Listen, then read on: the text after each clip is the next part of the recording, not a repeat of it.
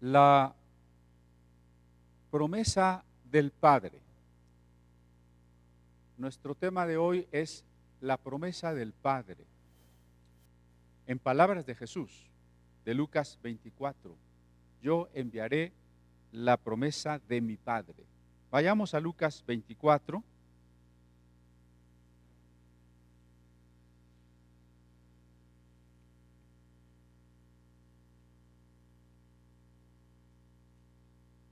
En el versículo 49.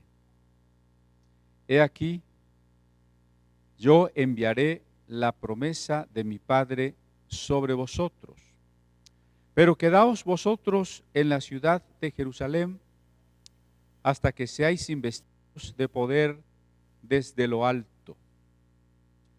Este es un versículo trinitario,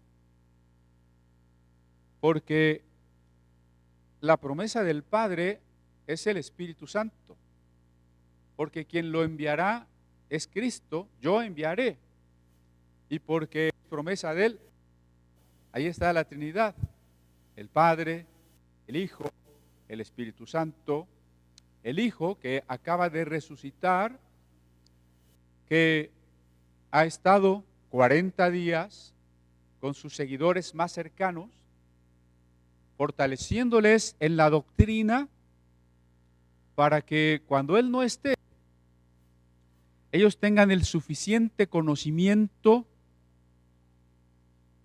para mostrar que Jesús es el Mesías.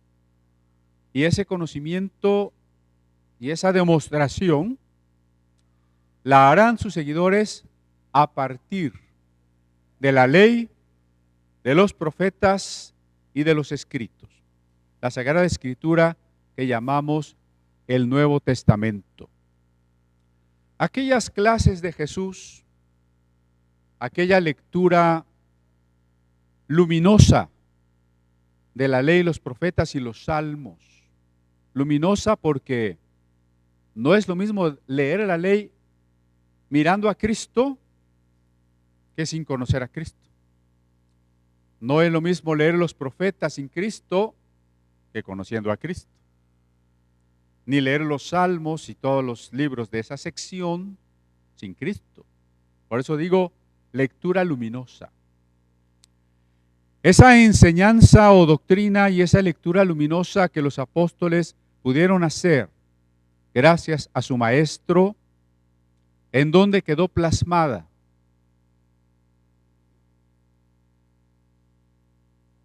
En el Nuevo Testamento, que hemos dicho su nombre más correcto es la doctrina de los apóstoles. El Nuevo Testamento, más bien el Antiguo Testamento es valioso, es muy valioso, es palabra divina, pero, ojo, no es más valioso que el Nuevo.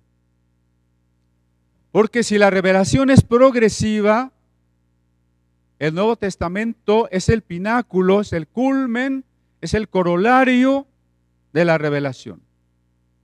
Donde el Jesús que estaba anunciado a través de tipos, de sombras, de profecías, en el Nuevo Testamento ya está claramente revelado. Él, su salvación, su perdón, su doctrina, su regreso, la resurrección de los cuerpos, cosas que no están claras en el Antiguo Testamento. No es que no estén, sí están, pero no están claras. Por eso el Nuevo Testamento, si se quiere, es mucho más importante. No se han equivocado las iglesias que invierten sus ofrendas en imprimir nuevos testamentos para regalar y evangelizar. Yo recomiendo más eso que regalar Biblias. Porque para empezar, regalar una Biblia completa es un poco más caro, ¿no? Y nada les garantiza que la persona la va a leer. Y que no vaya a empezar por Segundo de Crónicas con las teologías porque no la vuelve a abrir en su vida, ¿no? Por ahí una mujer vegetariana, naturista, de estas un tanto New Age, comenzó con Levítico, bueno, se espantó lo suficiente para no querer saber nada de la Biblia. El Nuevo Testamento es diferente, porque comienza con las palabras de Cristo, la obra de Cristo, los milagros, su muerte, su resurrección, y lo que se escribió primero que los evangelios, las cartas apostólicas, mostrándonos el sentido de la salvación de Dios en Cristo. Por eso es muy importante que entendamos el mensaje peculiar del Nuevo Testamento, plasmado en una lengua que en su momento era la lengua de todo el mundo, la lengua franca, el griego común, que tuvo también mayores recursos lingüísticos para expresar la profundidad del Evangelio. También los hermanos que traducen a las lenguas minoritarias, en general lenguas indígenas, se esfuerzan primero por traducir el Nuevo Testamento. Así que a la fecha tendremos Nuevo Testamento a más de 3,000 lenguas. Quizá no tenemos Biblias completas ni Antiguos Testamentos en más de 1,000 idiomas, pero sí Nuevos Testamentos en más de 3,000 idiomas. Porque es el mensaje de Jesús. Este Jesús resucitado.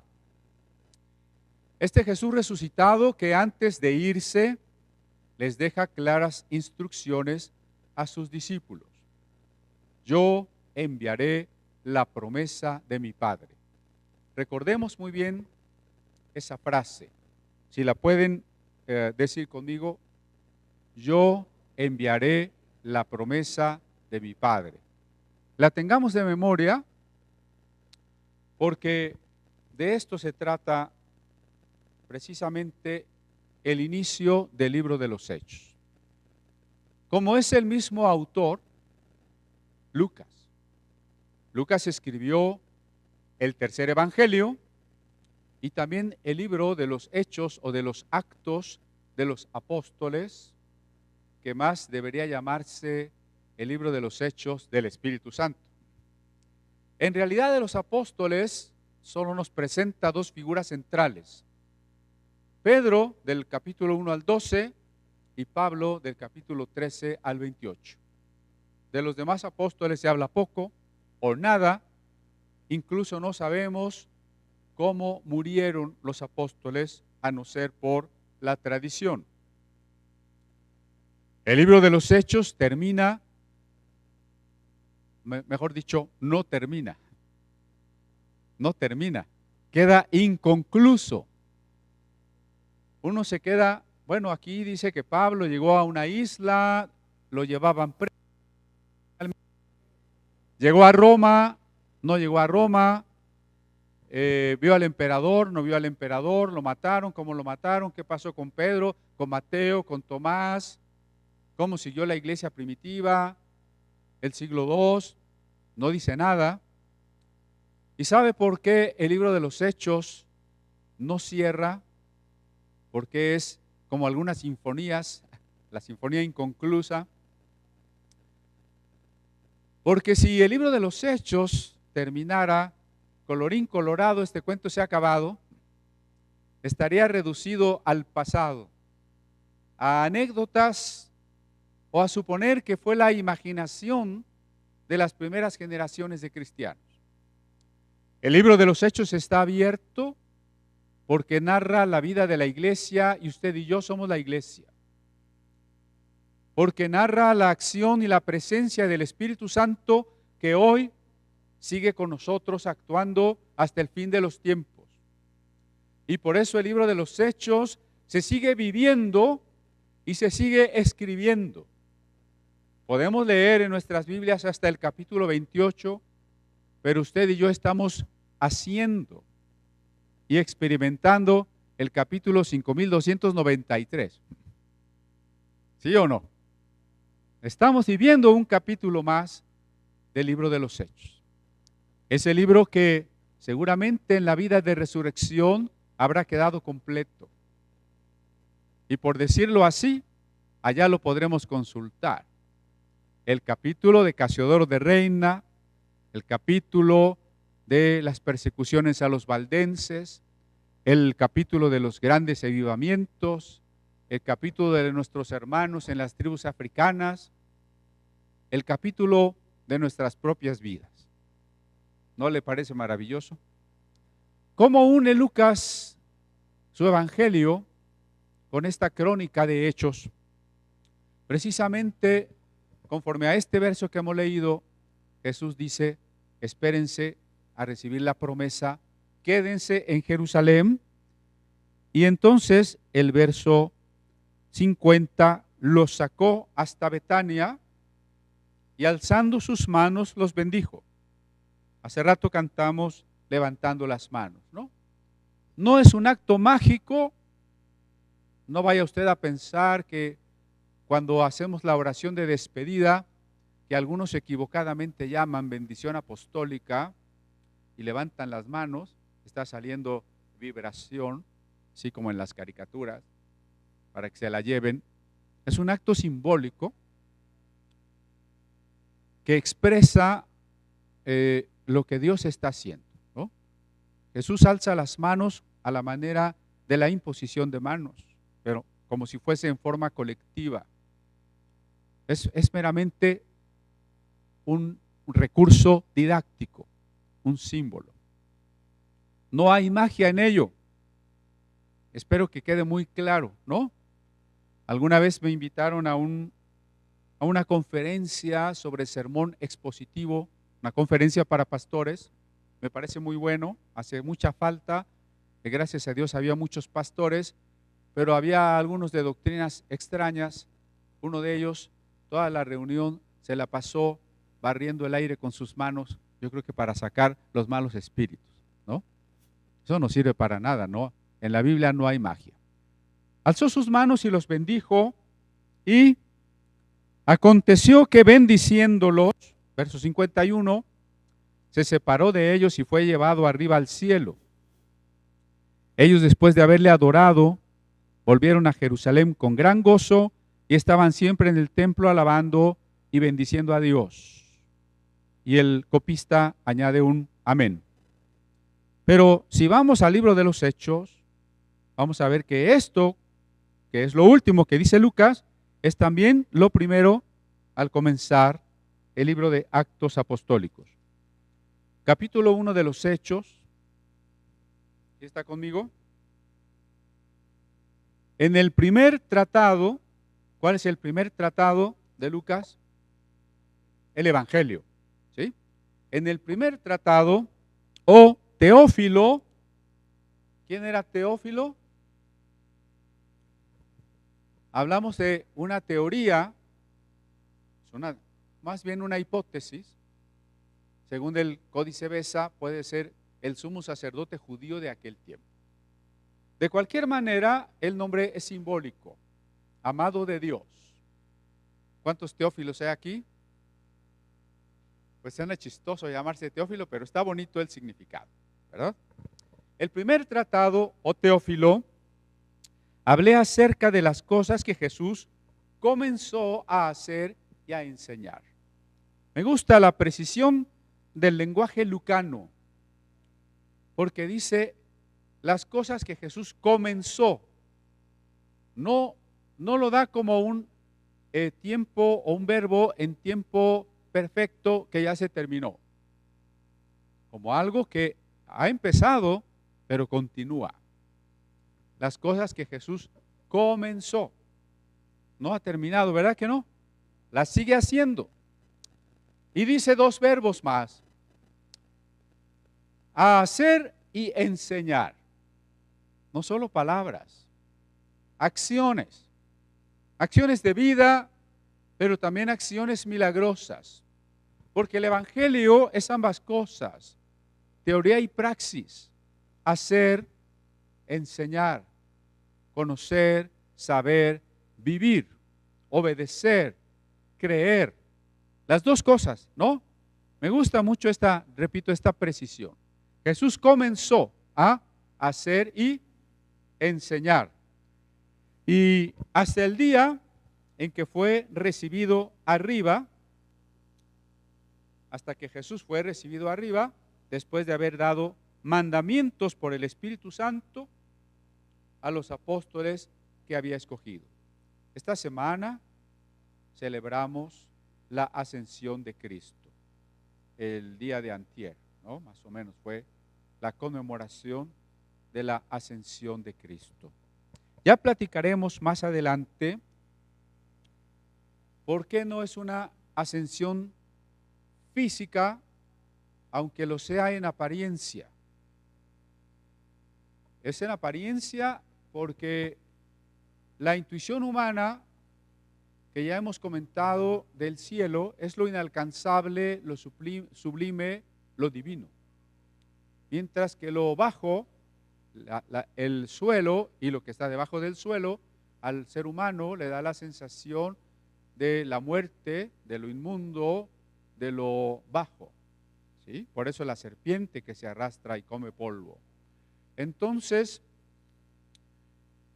lo importante ahora es que el hecho de que Jesús fue recibido arriba significa la vuelta a la gloria.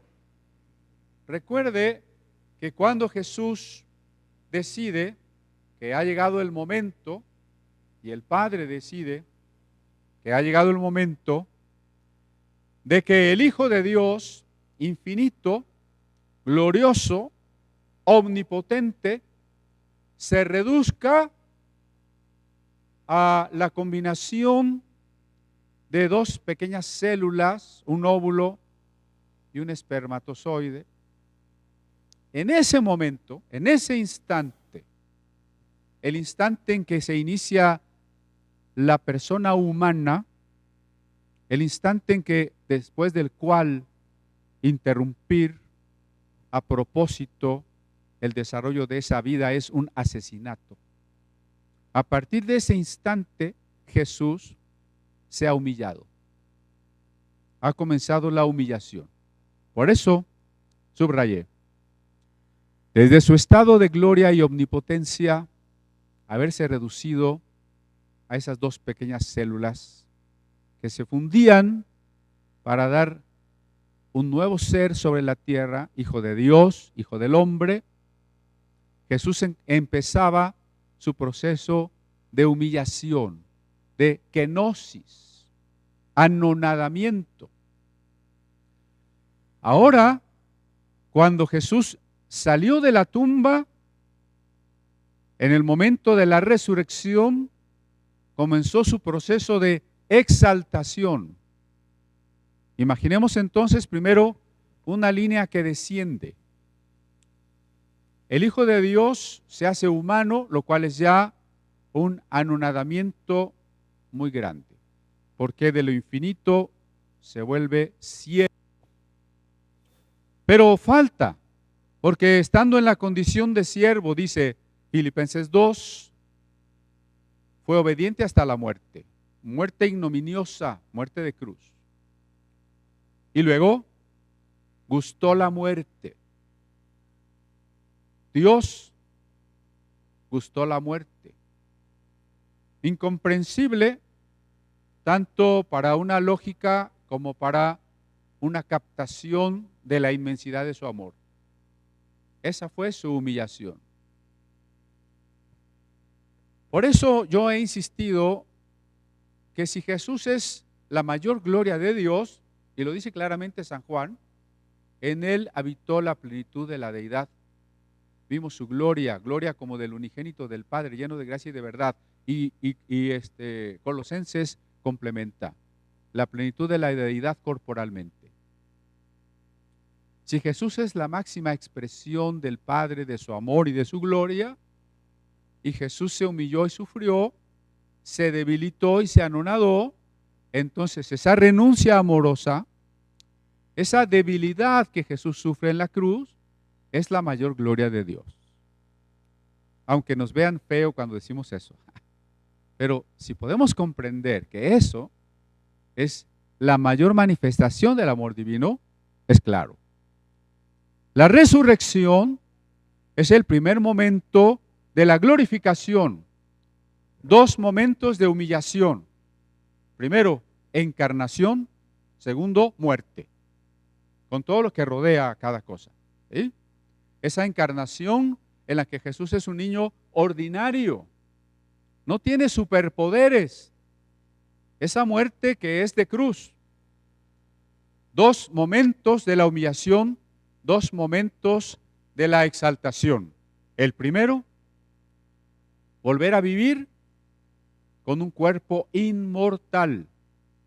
El segundo, recibir nuevamente su estado glorioso de omnipresencia, omnipotencia, infinitud, gloria infinita, sin dejar de ser un cuerpo humano glorificado. ¿Sí? Entonces, Jesús se humilló, pero fue exaltado. Tiempo activo del verbo, modo activo, voz activa. Jesús decidió humillarse, Él se humilló. Voz pasiva, fue exaltado. Él no se exaltó, el Padre lo exaltó. Esa es nuestra tarea, ¿eh? Nosotros tenemos que humillarnos, decisión nuestra, acción nuestra. Dejemos que el Padre nos exalte. Aún en el ámbito donde nos movemos, cuando nos humillan, nos ofenden, nos conculcan derechos, humillémonos. Que sea el Padre el que nos exalte. Cuando Jesús retorna a su gloria, lo expresa San Juan, ¿no? En la oración del capítulo 17. Padre, glorifícame contigo con aquella gloria que tuve antes que el mundo fuese. No hay duda allí. Su gloria antes de la encarnación, después de la encarnación.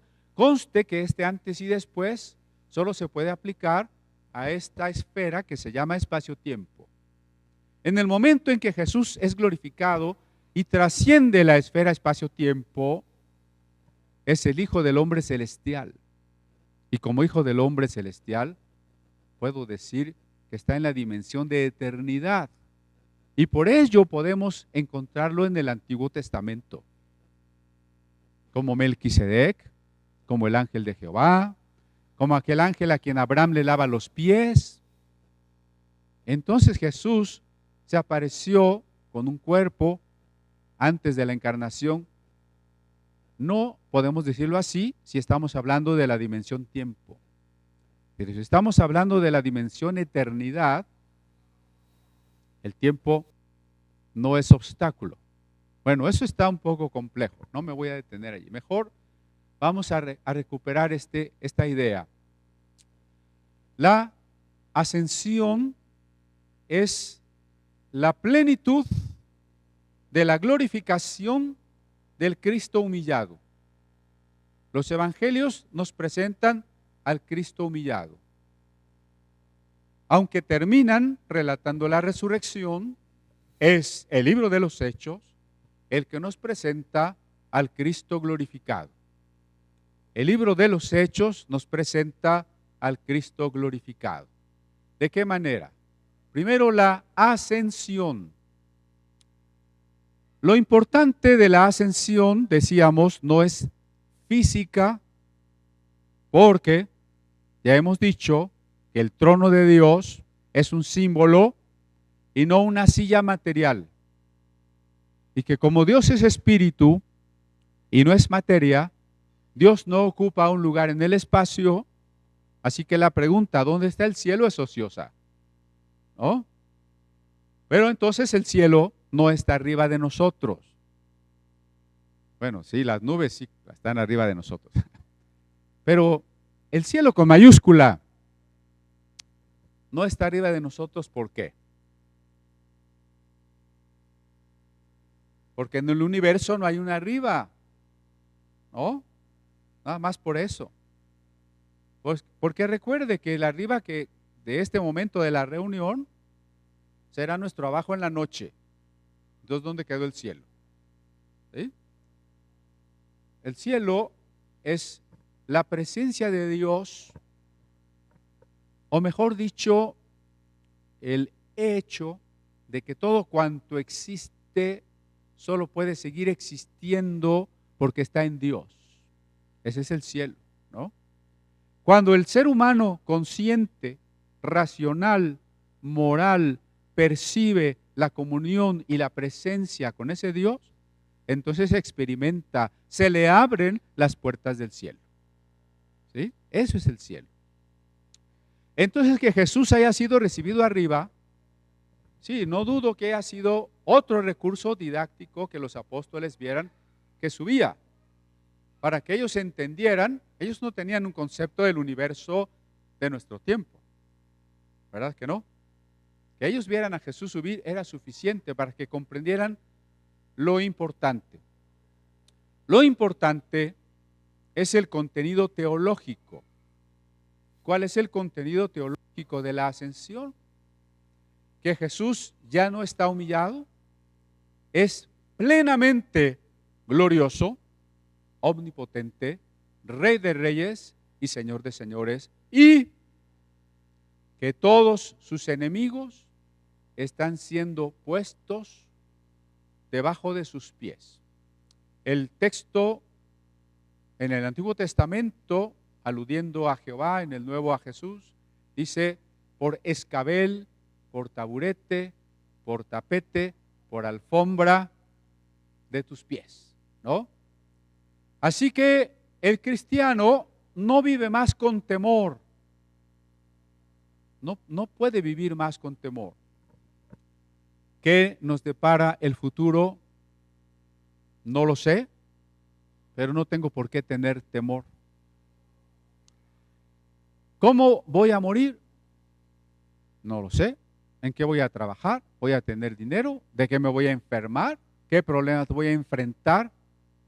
No lo sé, pero no tengo por qué tener temor.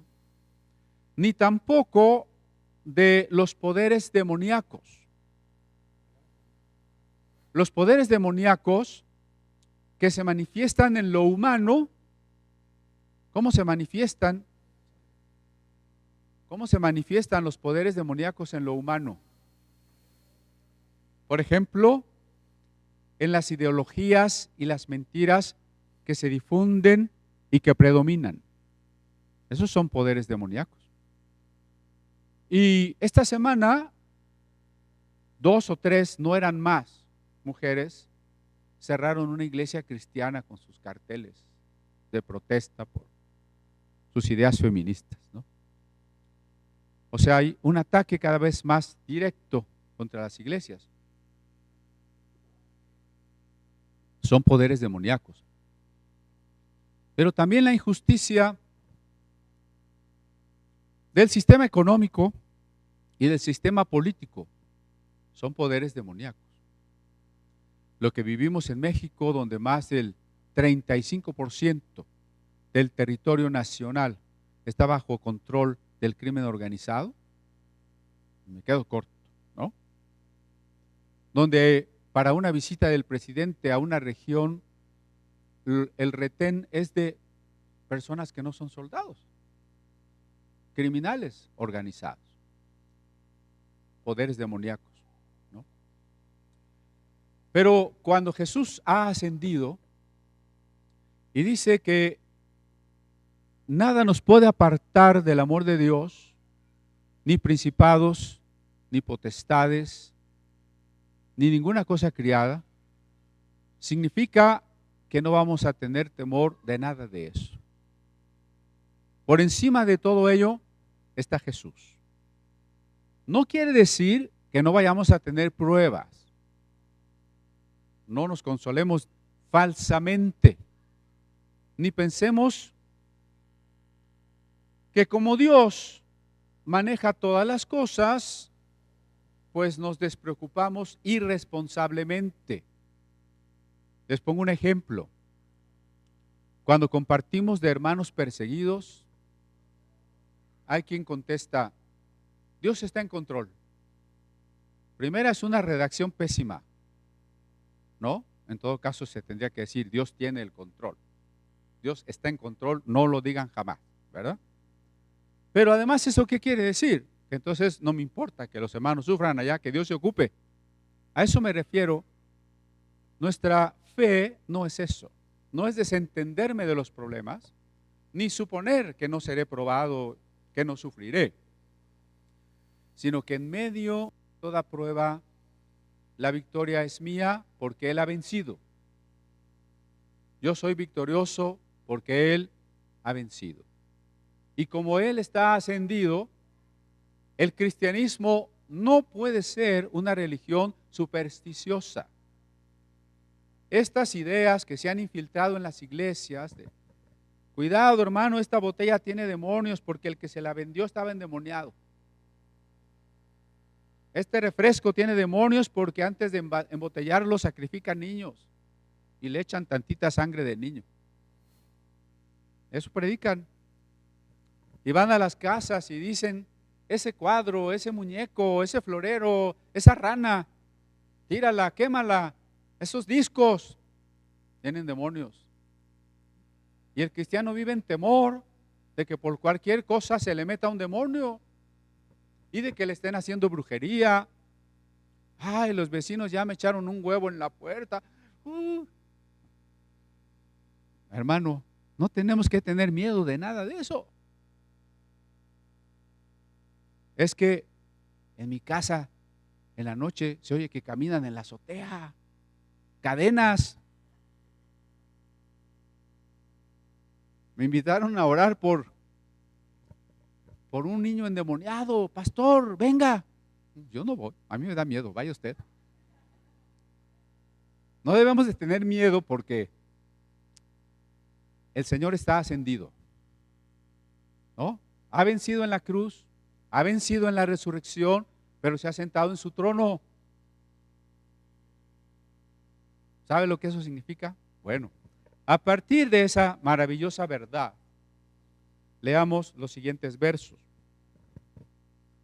Hablando de los apóstoles, dice que el verso 2, hasta el día en que fue recibido arriba, después de haber dado mandamientos por el Espíritu Santo a los apóstoles que había escogido, a quienes también, después de haber padecido, se presentó vivo. Ahí está la muerte, haber padecido. Se presentó vivo, la resurrección, ¿no? Con muchas pruebas indubitables, pruebas que no se pueden dudar. Eran tan indudables esas pruebas que los apóstoles estuvieron dispuestos a morir por testificar que Jesús estaba vivo. Imagínese que a usted se le ocurre robarse un cadáver y decir que resucitó. Y luego lo aprenden y le dicen, si sigues diciendo que resucitó, te cortamos la cabeza. No, bueno, no resucitó, ya. Ya sé que me lo robé, ¿para qué voy a querer que me corten la cabeza? ¿No? Pero cuando los apóstoles están dispuestos a morir en las formas más dolorosas posibles, por seguir insistiendo, por insistir en que Jesús había vuelto a la vida, esa es una de las pruebas más importantes, ¿no? Claro, pero ¿cuál es una de las pruebas más importantes? La existencia de su iglesia, la existencia del cristianismo. No se explica a partir de una mentira, de una imaginación o de una mera interpretación, en principio judía, diferente a las otras interpretaciones judías. Pero la mayor prueba de la vida de Cristo, de su resurrección, es la comunión que tenemos con Él. La manera en que hoy le vemos en nuestra vida y le experimentamos. Con muchas pruebas indubitables se presentó, apareciéndoles durante 40 días y hablándoles acerca del reino de Dios. Muy importantes también estos versos 4 y 5. Estando juntos, les mandó que no se fueran de Jerusalén, sino que esperasen la promesa del Padre, la cual les dijo, oísteis de mí. Parece una orden extraña. Primero, los discípulos eran de Galilea. Así que cuando Jesús les dice, quédense en Jerusalén, por lo pronto les está diciendo, no se regresen a su casa, ¿no? Ya es bastante. Pero segundo, ¿no sería más eficaz que en cuanto Jesús resucita, o incluso cuando va a ascender, los discípulos hubieran ido a todos los lados posibles a decirle a la gente, vengan rápido a ver a Jesús antes que se vaya? Es más, vengan a ver cómo se va para que luego no digan que es mentira. ¿No era más eficaz eso? Aparentemente sí. Pero Jesús está dando la orden contraria. Quédense juntos, no viajen, no se muevan, no prediquen, quédense sentaditos hasta que reciban la promesa del Padre. Lucas 24:49, yo enviaré la promesa de mi Padre. Ahora Hechos 1:4, quédense en Jerusalén hasta que reciban la promesa del Padre. ¿Vemos la importancia?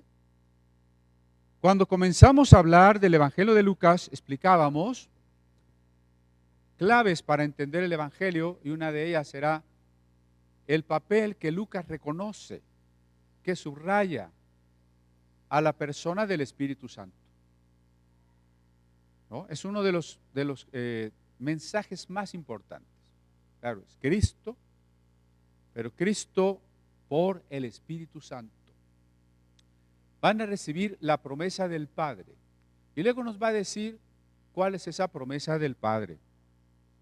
La que ustedes oyeron de mí. Eso quiere decir que Jesús, previamente a ese momento que antecedía la ascensión, les había enseñado ya, les había explicado qué cosa era la promesa del Padre. Pero no solo Jesús la había explicado. El verso 5 dice, porque Juan ciertamente bautizó con agua, mas vosotros seréis bautizados con el Espíritu Santo dentro de no muchos días. Dios no siempre nos dice cuándo. Esperen la promesa. ¿Cuándo se va a cumplir la promesa? No muchos días. No sabemos. A veces nos pasa en la oración. Señor, ¿cuándo me vas a contestar? No sabemos, pero nos va a contestar, ¿no? Bueno, entonces Jesús le enseñó a sus discípulos lo que ya habían escuchado en la predicación del profeta Juan. Que la promesa del Padre era, según el verso 5, ¿qué es la promesa del Padre? El bautismo con el Espíritu Santo. ¿Sí? Bautismo con el Espíritu Santo. Lucas va a usar sinónimos de esta bendición experiencia. ¿Se acuerdan que hablamos de dos bendiciones, dos experiencias? Conversión y llenura del Espíritu, que deben ser dos características nuestras como comunidad. Enseñar siempre y experimentar siempre la conversión y la llenura del Espíritu Santo. Noten que es un sinónimo. La promesa de mi Padre, porque ustedes oyeron que serán bautizados con el Espíritu Santo. Entonces, la promesa del Padre es el bautismo con el Espíritu Santo. Ahora bien, aunque usamos la palabra bautismo, no se refiere aquí al bautismo en agua. No es lo mismo, vale aclararlo de una vez, bautismo en agua que bautismo en Espíritu Santo. ¿Sí? Los dos son importantes. Claro, más importante en Espíritu Santo. El bautismo en agua perdería su importancia si no lo relacionamos con la conversión. Porque, como iremos viendo en el libro de los Hechos, la manera de manifestar la fe y la decisión de ser un creyente, de hacerse un discípulo, era sumergirse en agua. La importancia del bautismo no era constituirse en sí mismo un sacramento, ni algún poder que el agua tuviese, aunque así lo hubiera pensado Tertuliano. La importancia del bautismo en agua radica en que es el acto exterior que manifiesta la conversión. Por tanto, nos regresa a la primera bendición de la que estamos hablando, la conversión. Pero bautismo en el Espíritu Santo no es bautismo en agua. Por eso el verso 5 dice, recibiré, Juan bautizó con agua, pero significa contraste, adversativo, ¿no? Recibirán el bautismo, serán bautizados con el Espíritu Santo, ¿sí? Esto, repito, es algo que en muchas iglesias se ha olvidado, o no se predica, o se niega, ¿no? Se dice que el bautismo del Espíritu Santo es lo mismo que convertirse. No, porque el bautismo con agua es ese acto exterior unido a la conversión, y diferente a ello, ser bautizado con el Espíritu Santo. Aquí está, por ejemplo, nuestra hermana Ruth.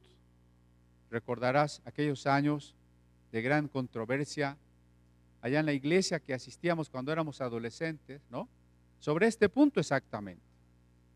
Una iglesia que en sus orígenes nació de una experiencia como estas, pero que para el tiempo, 200 años después, nos encontramos con que esa iglesia se cerraba a esta enseñanza, ¿no? Y nos hacía tener que salir de ahí. Entonces, vamos a ver qué predicó Juan. Mateo capítulo 3, rápidamente.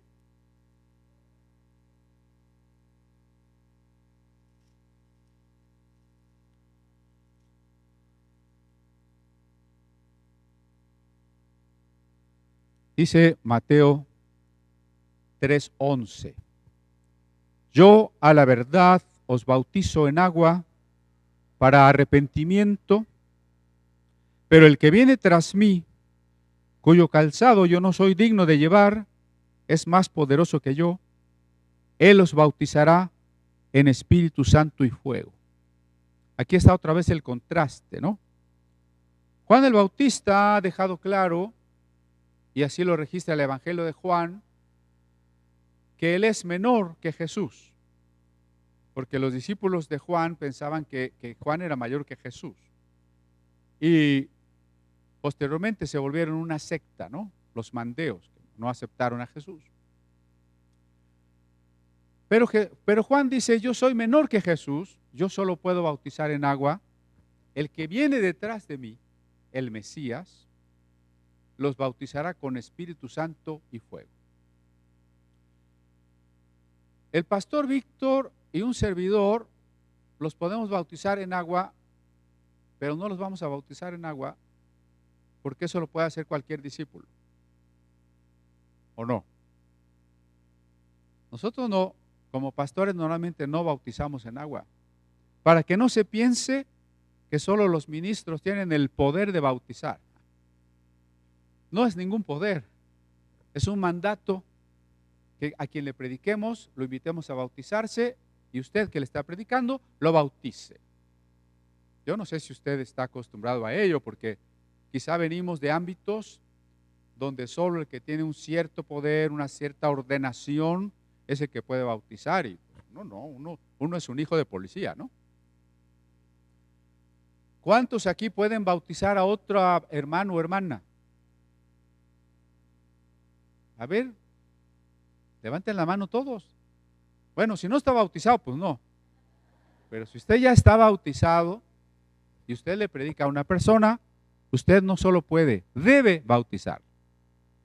Por eso cuando organicemos bautismos en agua, no diga, pastor, yo quiero que usted me bautice. No. Pues yo quiero que usted bautice a mi hijo. Bautícelo el que le predicó. El que lo va a discipular, todavía mejor. Que lo bautice el que lo va a discipular. Pero nosotros entonces bautizamos físicamente. El agua es física. Es un acto físico de sumergir a la persona y va a salir físicamente mojada, ¿no? Pero el que viene detrás bautiza con Espíritu Santo y fuego. Eso no lo puedo hacer yo.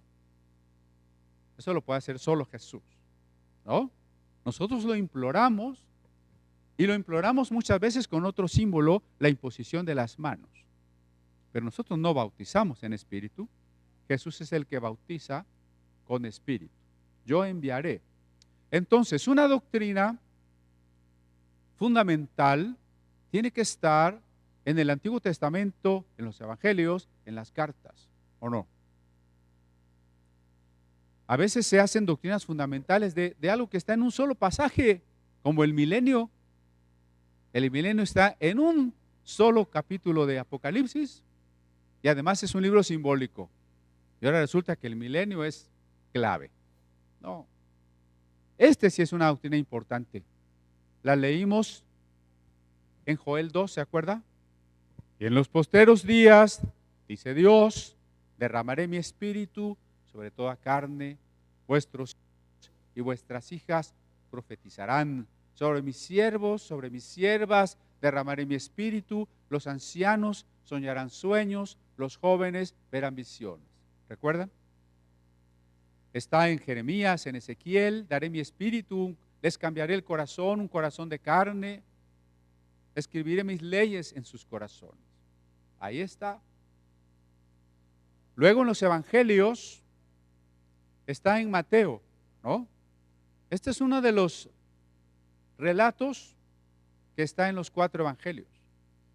No todos los milagros de los evangelios están en los 4 evangelios. ¿Ha visto eso? Esto está en los 4 evangelios. Ya lo leímos en Mateo. Ahora vamos a leerlo en Marcos y vamos a notar, entre otras cosas, que se expresa de manera un poquito diferente. Tiene una enseñanza positiva. Lo importante de la Biblia no es la letra, la palabra, el punto y la coma, sino la esencia del mensaje. Porque a veces nos paramos en la letra o nos casamos con una versión de la Biblia. Es que yo solo acepto tal Biblia. Marcos capítulo 1.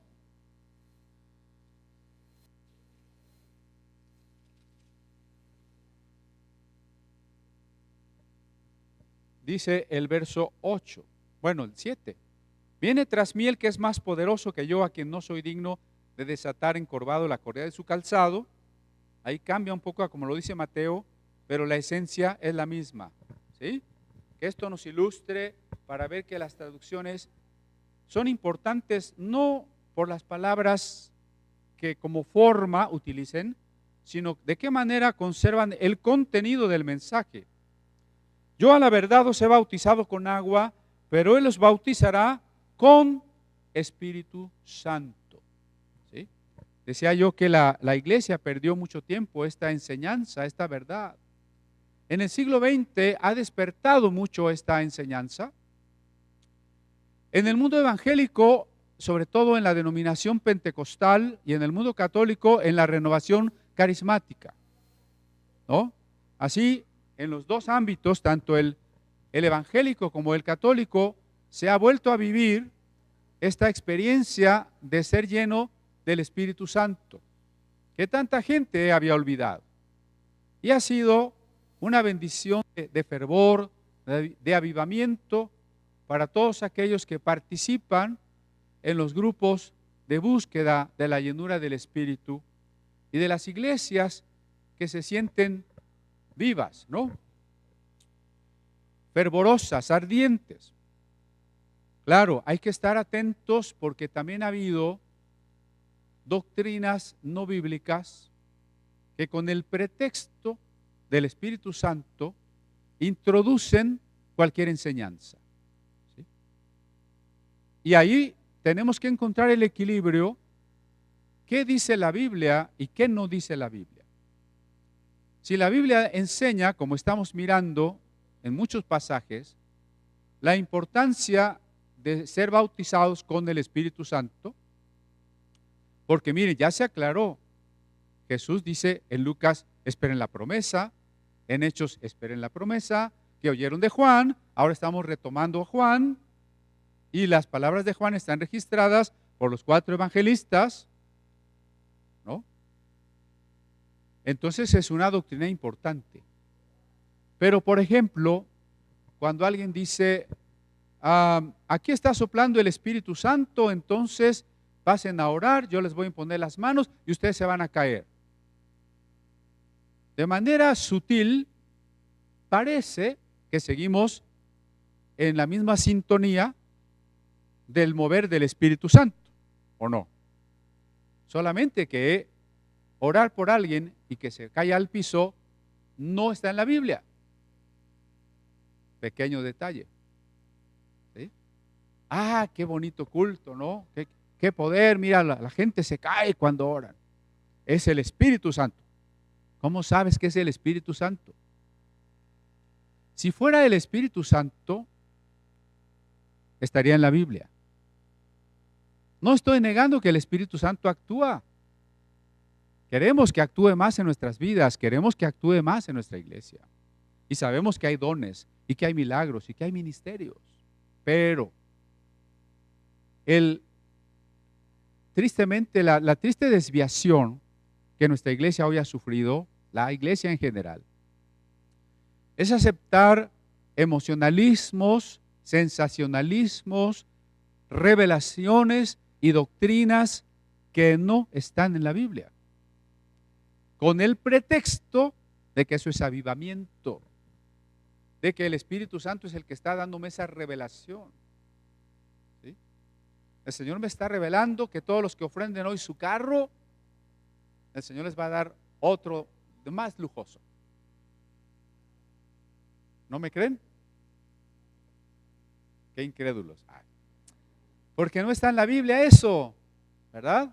Porque no tiene nada que ver con la razón por la que vamos a ser llenos del Espíritu Santo. El Espíritu Santo no nos va a llenar para ser más grandiosos, más famosos, para estar más alegres, para tener más emociones. ¿Usted cree que el Espíritu Santo se reduce, la dignidad de su persona, de su obra, se reduce a emocionarnos? ¿Eso es el Espíritu Santo? No, hermano, cuidado. Por eso, esta doctrina, bueno, es muy importante. Hoy yo no sé a qué hora nos vamos a ir. Ya leímos Marcos, también está en Lucas. Vamos al Evangelio de Lucas, allá en su capítulo 3 también.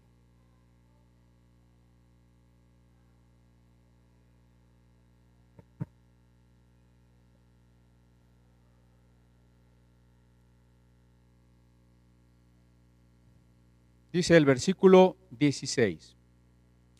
Respondió Juan diciendo a todos: yo a la verdad os bautizo en agua. Eso que todos podemos hacer y que debemos hacer. Y que es importante, claro. Pero viene uno más poderoso que yo, de quien no soy digno de desatar la correa de su calzado. Él os bautizará en Espíritu Santo y fuego. Otra vez, el otro evangelista también recoge estas palabras tan importantes, ¿sí? Que Él nos va a bautizar con el Espíritu Santo. No las dice exactamente como Marcos, insisto en ello, pero la esencia sí. Y luego, en el Evangelio de Juan, ya en el primer capítulo de Juan,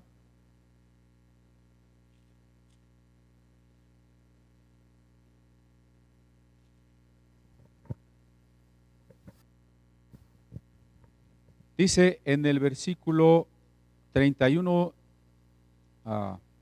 en adelante: y yo no le conocía, está hablando Juan, mas para que fuese manifestado a Israel, por eso vine yo bautizando con agua. También dio Juan testimonio diciendo: vi el Espíritu que descendía del cielo como paloma y permaneció sobre él, y yo no le conocía, pero el que me envió a bautizar con agua, aquel me dijo: sobre quien veas descender el Espíritu y que permanece sobre él, ese es el que bautiza con el Espíritu Santo. De manera distinta, pero la misma enseñanza. Le dice Dios a Juan, sobre quien tú veas que el Espíritu desciende y que se queda en él, ese es el que bautiza con Espíritu Santo. Juan había dicho, el que viene tras mí, yo vengo a preparar el camino del Señor. El que viene tras mí bautizará con Espíritu Santo, ¿no? Y entonces, ¿qué tan importante es el bautismo con el Espíritu Santo? Conste que estos pasajes no están hablando del arrepentimiento y la conversión y la fe. Eso es importantísimo, eso ya lo sabemos. Pues es el camino de la salvación, ¿no? ¿Cómo obtener la vida eterna? Creyendo en Jesús, aceptando su perdón, ejerciendo esa fe que implica el arrepentimiento, la decisión de cambiar de vida. Eso es importante, por supuesto. Pero estos pasajes están hablando de otra cosa. No está hablando de perdón de pecados, eso es previo. No está hablando de conversión. Juan ya bautizó a los que se habían convertido, eso es previo. Está hablando de otra cosa, ¿sí? ¿Qué tan importante es el bautismo del Espíritu Santo si está profetizado en el Antiguo Testamento? No me voy a detener ahora, pero incluso las lenguas, y con un ejemplo vivo de cómo sonarían las lenguas, está profetizada en Isaías 28, del 10 al 13. ¿No? Está profetizado en el Antiguo Testamento. Segundo, está relatado en los 4 evangelios en el libro de los Hechos. Y es la base sobre la cual Pablo puede hablar de dones y de ministerios del Espíritu Santo. ¿Qué tan importante es el bautismo del Espíritu Santo que, y este es el último punto que vamos a tratar hoy, Jesús fue bautizado con el Espíritu Santo? Así que podríamos preguntarnos, si Jesús fue bautizado con el Espíritu Santo, ¿yo necesitaré ser bautizado con el Espíritu Santo? ¿Sí? Hágase la pregunta, aunque sea en silencio. Si Jesús fue bautizado con el Espíritu Santo, ¿yo necesito ser bautizado con el Espíritu Santo? Ya lo vimos en Lucas, capítulo 3, pero hace tantos meses, 2 años o 3 años, 4 años, dice Dani, 4 años estudiando Lucas. Bueno, ya estoy empezando Hechos, por si se dieron cuenta. Recordémoslo brevemente. Jesús, desde que nació hasta que fue bautizado por Juan en el río Jordán, no hizo milagros. ¿Estamos de acuerdo? ¿Sí? Jesús no era un niño milagroso, como cuentan los evangelios apócrifos. Los apócrifos dicen que María tendía los pañales del niño Jesús y la gente venía y tocaba los pañales y se sanaba. Jesús no era un niño milagroso, ni milagros tan extraños como cuentan esos mismos evangelios, que no son evangelios en el fondo, por supuesto, que Jesús convirtió en cabritos a unos niños que no querían jugar con él, para que se les quite, ¿no? Es una expresión mexicana, hermanos, de otros países. Y luego cuando las mamás vinieron llorando con la Virgen María para que los niños retornaran a su figura humana, pues la mamá ya convenció al niño Jesús caprichoso de perdonar a aquellos que dejaran de ser cabritos, ¿no? Jesús no era un niño milagroso. No hizo milagros en su infancia ni en su juventud. ¿Cuántos demonios expulsó Jesús en su juventud o en su infancia? No expulsó demonios. ¿Cuántos sermones pronunció Jesús? ¿Cuántas conferencias en las sinagogas? No. Jesús no hace nada en tocante a su ministerio antes del bautismo en agua. Ese es un un punto medular, ¿no? Un hito en el cambio. Jesús no actúa ministerialmente, no predica y no hace milagros antes de su bautismo en agua, que no es solamente bautismo en agua, porque cuando Jesús salió del agua, los cielos se abrieron, o sea, manifestación de la dimensión que nos rodea, la dimensión de lo sagrado. ¿Dónde está el cielo? Aquí. Se abrieron. Y para que fuera evidente por causa de las personas humanas, no por Dios, el Espíritu se manifestó en forma corporal como de paloma. No es que el Espíritu Santo eternamente sea una palomita celestial. No reduzcamos a Dios de esa manera. El Espíritu Santo es Dios, no es una palomita. Para que quedara claro cómo Dios estaba actuando, entonces la persona divina del Espíritu Santo se manifestó como si fuera una paloma, símbolo que radica en un animal puro, digno del sacrificio y manso, concordante con el cordero. La paloma se posa sobre Jesús, pero eso no es lo importante, esa es la parte didáctica. Lo importante es que el Espíritu Santo en ese momento llena a Jesús. Ojo, Jesús es Dios, claro, pero también es humano. El que Jesús fuera lleno del Espíritu Santo nos muestra la plena humanidad de Jesús. Si Jesús fuera solamente Dios, no necesitaba ser lleno del Espíritu Santo. Jesús humillado, humanado, recibe el bautismo con el Espíritu Santo y ese Espíritu Santo permanece sobre Jesús. Entre paréntesis, ser lleno del Espíritu Santo no nos quita la voluntad.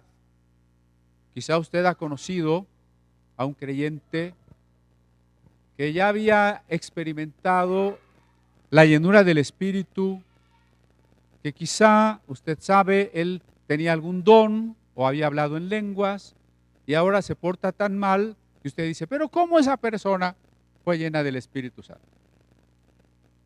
Eso no elimina la autenticidad de su experiencia. Su experiencia pudo haber sido auténtica, solo que el Espíritu, aunque nos llene, no nos quita la voluntad.